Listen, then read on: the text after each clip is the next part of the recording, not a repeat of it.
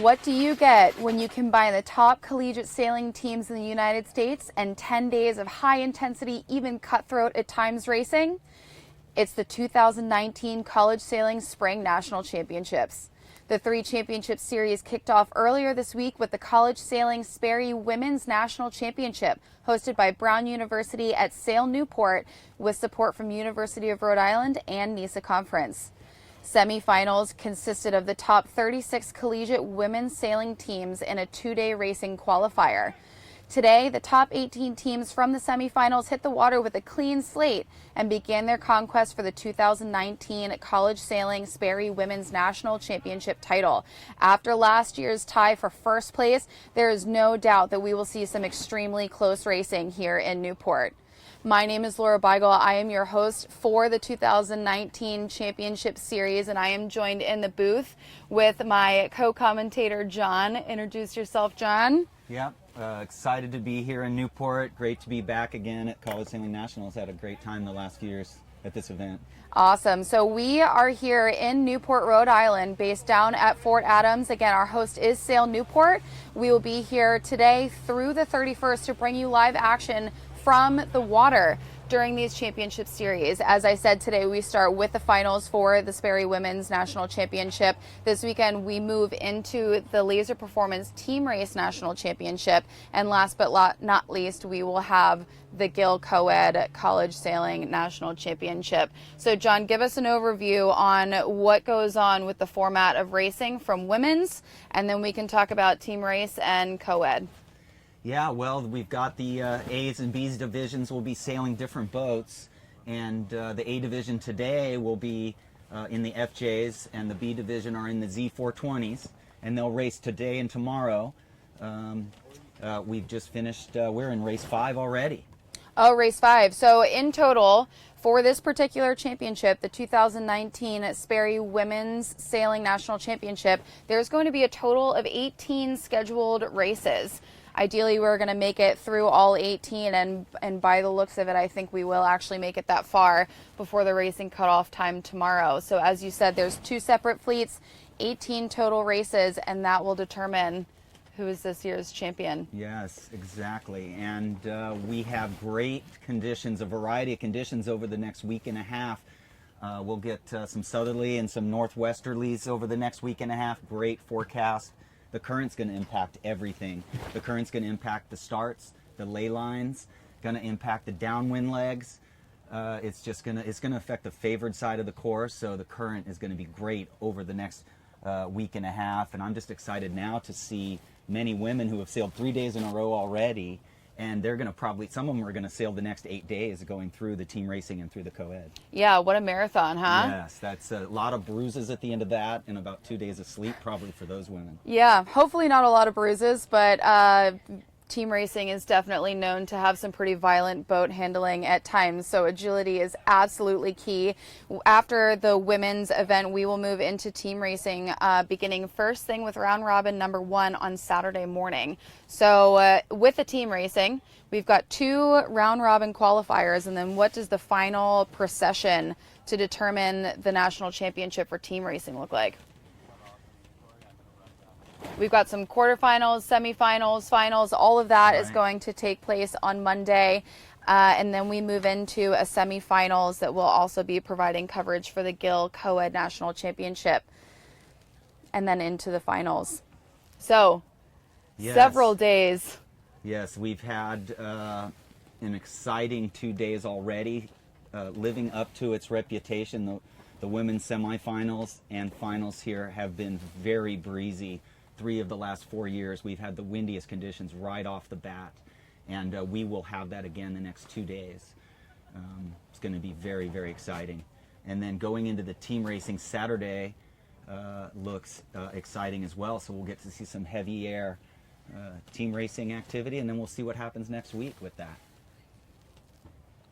I think it's going to end up being a pretty exciting few days of racing. For those of you who tuned in last year, we had a tie for first place for the women's championship.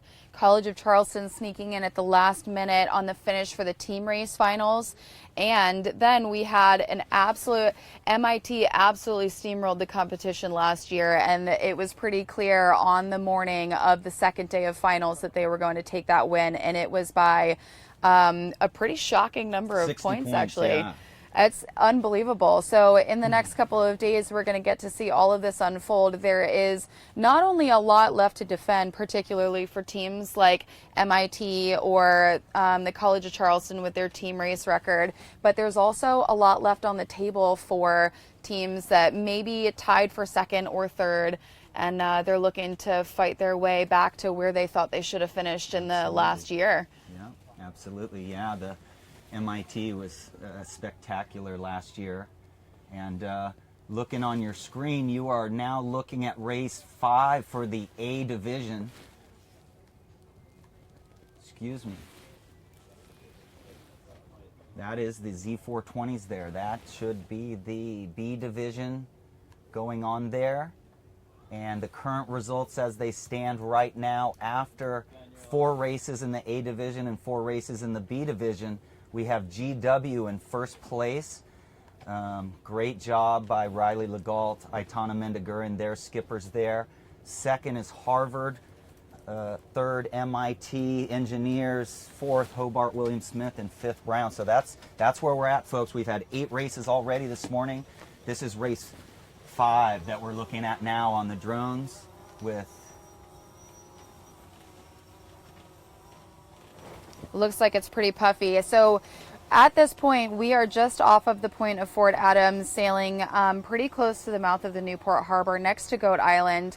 And being that we're surrounded by land and the wind is coming from over top of the land, it is a little bit challenging to see what it's going to do in full force on the water. From here, from on the water, it looks really, really puffy. The puffs look small and narrow, something that we call helicopter puffs. They're brief and overwhelming, and then they go away and they leave you a little bit distraught. But it looks like things are a little bit more smooth. So I think that on the water, the feel of what the breeze is doing is going to be a little bit different than what we can identify with from here.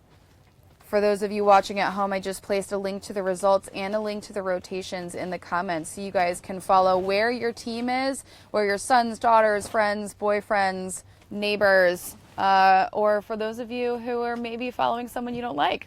Yes. You know exactly what boat they're in and where they are on the course, and how they're doing in the event. So make sure you check those out and follow along throughout the day. And we have, this is race 5 for the B division. They're sailing the Z420s. So if you're following along, if you haven't got to that rotation sheet yet at collegesailing.org, you've got Boston College in boat 3. You've got the Brown Bears in boat 2. George Washington, the leaders at this point, they are in boat 6. The A division, which will be sailing FJs, are sitting at the dock right now taking their quick break. Ooh, I didn't know that we got breaks in college sailing. We don't get breaks working in the booth and nobody behind us, but well, the we didn't get breaks when brace. They will need it, because tomorrow folks, you have to tune in again tomorrow for sure, because we'll have puffs above 25 tomorrow at times. Ooh, yeah. sounds a little bit exciting. Oh yeah, just like the first day of women's semis, where we had some capsizes, but we had very few DNFs. It was upper end first day of semis. All right. Too, yeah. Well, I don't remember getting any breaks in my college sailing career, so things must have gotten a touch more glamorous since then, I think. There you go. So who's on the horizon job here? That is Dartmouth in boat 9 there. And the current has changed, folks. So the current's on your screen that you're looking at. The current is now going from the screen left to right out into the Sound, Newport Sound. So it's ebbing out. And the wind is about, how much would you say, 7-8 knots out there? Well, that's what I was just saying, John, is it's a little bit hard to get the full picture if we're just looking at the water. So I'm curious, in some puffs it looks like it's a little bit more than that. The dead zones look really, really dead. So I would say that probably one of the trickiest pieces to today, and particularly where the course is placed, is the pressure differentials. So the highs are super high and the lows are super low, making the transition really, really challenging. So if we look at the course of this National Championship Series, beginning with women's fleet racing, 3 days of team racing, and then into co-ed fleet racing, and sort of the course of what the weather is going to do across those days. It'll present a lot of different challenges above and beyond just simply getting the boat around the course. Absolutely, as you watch the big green. So as you listen to Laura here, she's exactly right. What these sailors are doing is they're basing their sail adjustments, everything on hiking. So watch the bodies. If you see the crews really, really hiking hard there, that's really dictating how much boom bang they're putting on, and so that's how we can tell how much wind there is when we look. So those boats that just rounded the gate, your left looking on the screen, they'll look at the boat that's in the leader there, and they can tell how windy or how much wind the other team has by how much the crew and the skipper are hiking. So they're reading wind pressure by watching the other boats too. Yeah, if you guys are looking at the top of your screen, that's Fort Adams, those big white tents. That is where everybody on site is stationed. We've got our whole team set up here, all the different college teams, friends and family in town, and we definitely have the best view in the house, I would say. Absolutely. We got the Harvard Crimson there out on the left of your screen, heading kind of towards Goat Island there, and Harvard came on strong at the end of the semis yesterday. That's Taylor Gavula, 19, and Emily Wang. I think all conference or honorable mention, at least. Great job by Harvard there in boat 8. They just tacked out there. So what would we be doing? The current should come ebbing out of Newport Bay that you see at the top of your screen first. And then it will switch in the channel, which is down at the bottom right screen. It'll switch there last. So you'll probably see a lot of people bailing out towards the left. Absolutely. One of the things that I learned first and foremost when dealing with current is if you're afforded the opportunity, you want to tackle the current first. It's the first variable you want to get on top of. So going into the current and then allowing it to be on your side as you make progress. And that's exactly what we've seen here. The bulk of this fleet on race number 5A, correct? 5A? 5B. 5B. We're in the B division right now. Of the 2019 Sperry Women's College Sailing Nationals, race number 5B. Most of the fleet has gone off to that left-hand side on leg number 2 as they approach the windward marks for a second time.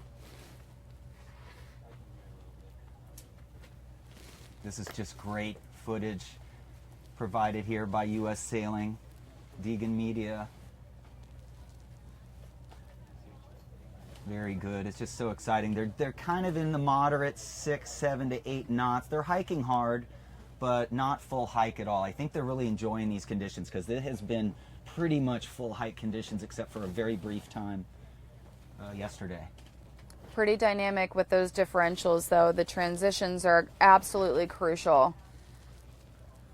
So making sure that you're on top of your footwork, your boat handling, making sure you're on top of your trim. There you go, a great shot of the big green there. Dartmouth, Harvard in boat 8 there. Very good. That's just a beautiful shot of the Newport Bridge in the background. Off behind them, the Brown Bears. Brown Bears hosting this event, doing a great job. John Mollicone has really been, their coach has really been a real leader in NISA and developing women's college sailing over the last 15 years. Yes, he has. The only thing I'm disappointed in him for is not doing something about this weather. I know. A little overcast. I was hoping to get a sunglass tan. But considering the East Coast weather this winter, I flew in yesterday and the sun came out and I was wearing shorts and somebody looked at me. They couldn't believe it. They hadn't seen somebody in shorts. Yeah, you're foreign. They were like, where are you from? SoCal. Well, that's great. Well, here they come up to the second windward mark. They'll round the windward marks and head downwind to the finish of this race. There is Sail Newport, the fantastic facility, pretty much the leader in our country of doing the most amazing things with youth sailing, disabled sailing, I mean, just everything. The Volvo Ocean Race. So thank you to Sail Newport for having us. We're on this huge property with all the people around here who just know everything. Every time I ask somebody a question, like 2 or 3 try to answer it because they all know what's happening. It's really fun. There you go. Newport's a pretty special place. It's hard to argue that it is not the sailing capital of the world. I think that this is the best place to contest this national championship. Definitely. I mean, I really believe the world's best sailors. I mean, I'm from San Diego. Now, there's a lot of good of them there. I really Just think a few. the world's best sailors live here. I mean, from just all across the board. Absolutely. I learned that in the Thursday night racing in the 1990s, early 90s. We 60 boats out here with J24s on Thursday nights, and it was like a who's who of world champions. It was just an outstanding experience. And the only thing keeping Dartmouth from having a horizon job here is Harvard did come back in that. You're getting a chance to see the Z420s, why they're such a good boat and why they're a little better than an FJ in the kids' minds here